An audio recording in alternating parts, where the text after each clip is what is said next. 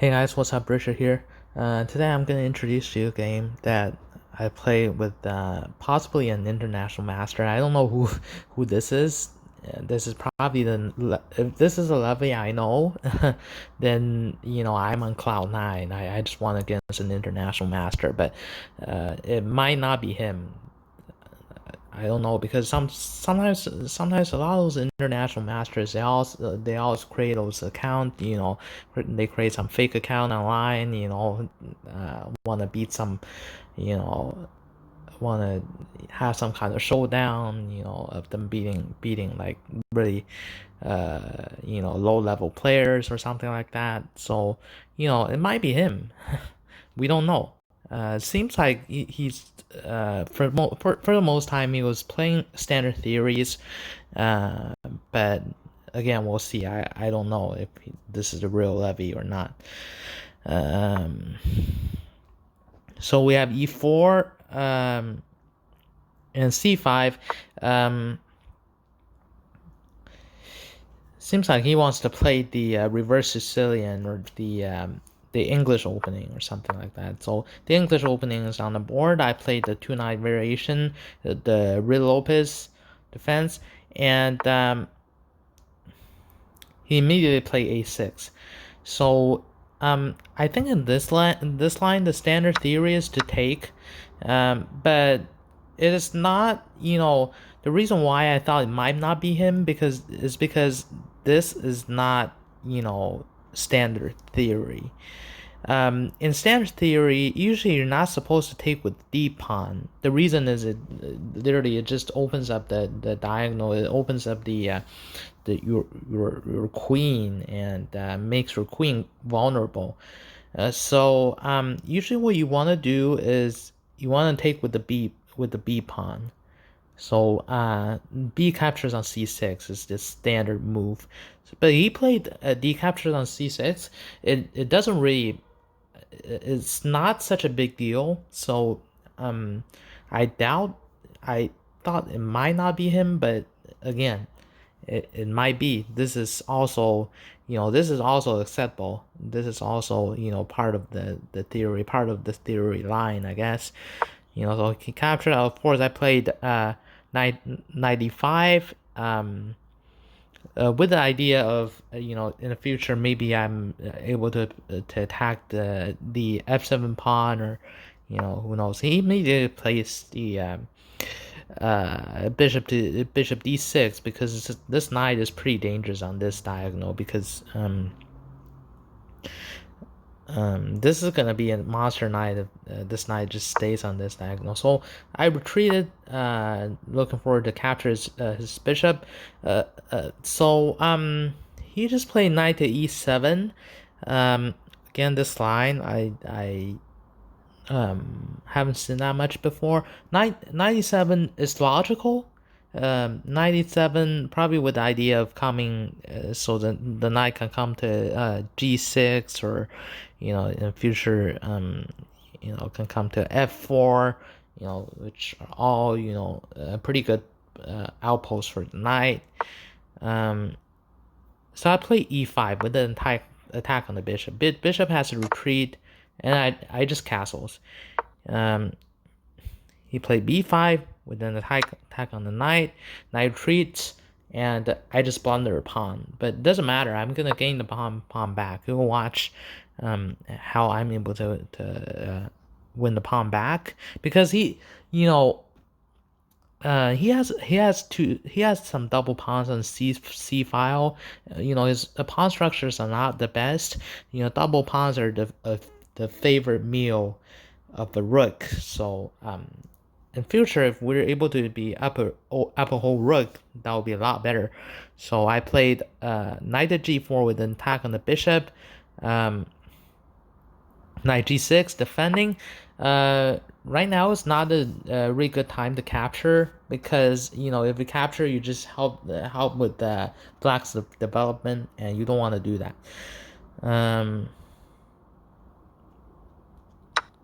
So I just play e1 with double attack on the bishop. He captures the knight. I recaptured, and he castles. Um, so we have b4. I'm ready to open up the center because material-wise we're equal, and his pawn structure is not that great. So, in future, um, maybe, we're gonna win some pawns, and this is advantageous for us. So it's pretty good to trade. Right now you don't want to capture with the queen right now. He played this pawn. It's basically a free pawn, but the way you gain this free pawn is basically you have to trade knights. So you capture pawn with the knight, they capture back. You capture with the rook, or you capture with the pawn. You capture with the pawn, and then you trade queens. That's how you win a pawn. And material is going to be equal. Don't forget that we were down a pawn before. So I just captured. Queen captures, rook captures. We trade the queens. Everything is equal. The material is equal. Bishop to f5 with the idea of attacking that double pawn on c file. So there's no point to protect this. Let's just understand, because if you try to protect this, it doesn't help. This pawn is not going to advance to anywhere, especially with the pawn structure like that on the black has 3 pawn, the 3 pawn island has a pawn on a6, on b5, on c6. So you're not gonna gain anything by protecting that pawn. So it doesn't matter. Let him capture, and you're also gonna capture on c6. Rook d1. No, rook d8 is pretty dangerous.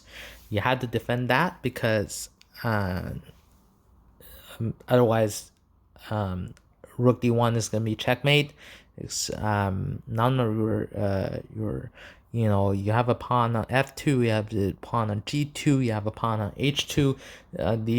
All these pawns are blocking the king from advancing. But the way you prevent that is through trading rooks, because you don't care trading rooks. If black captures here, you're just gonna gain a passed pawn, and a very strong passed pawn on d6. So if he captures, it doesn't really matter. So captures. We're just gonna advance our pawns, and rook e8 with another threat of checkmate, but it doesn't matter. Just move the bishop, and he doesn't have any checkmate threats. Another reason that I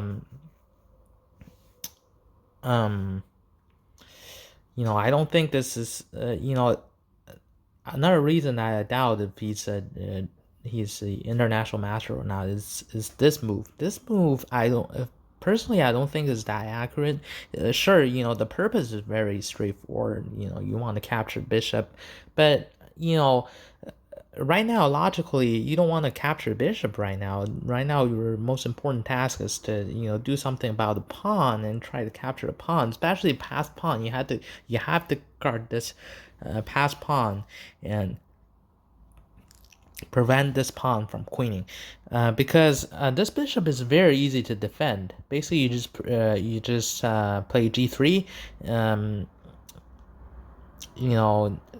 After you play g3, basically prevent the bishop. You protect the bishop, and you give your king some space to move. So rook to e1 is not that deadly. The king can move.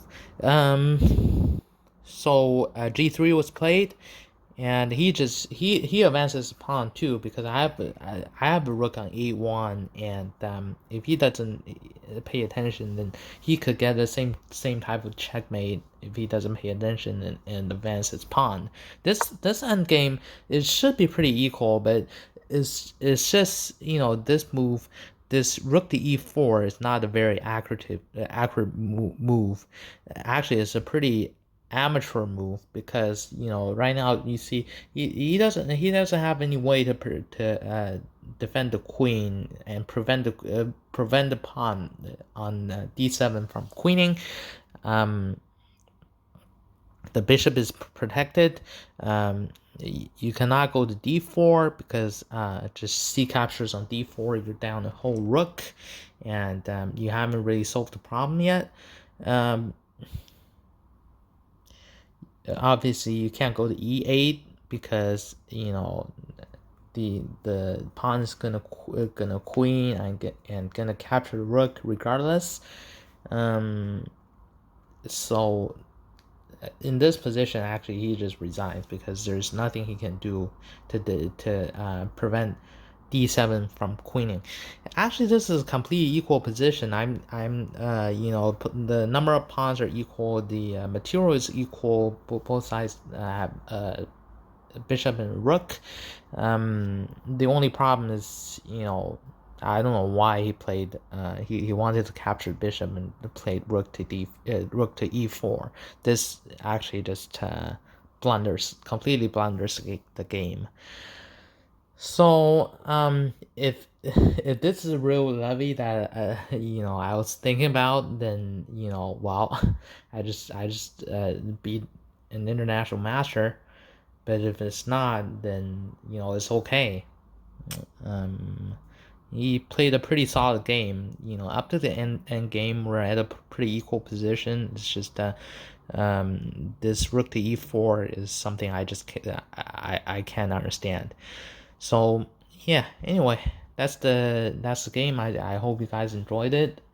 Again, if you guys like my content, please subscribe to my channel, give a like to my video, and hit the notification button, so next time I post a video you guys won't miss it. Thank you again for watching. I'll see you in the next video.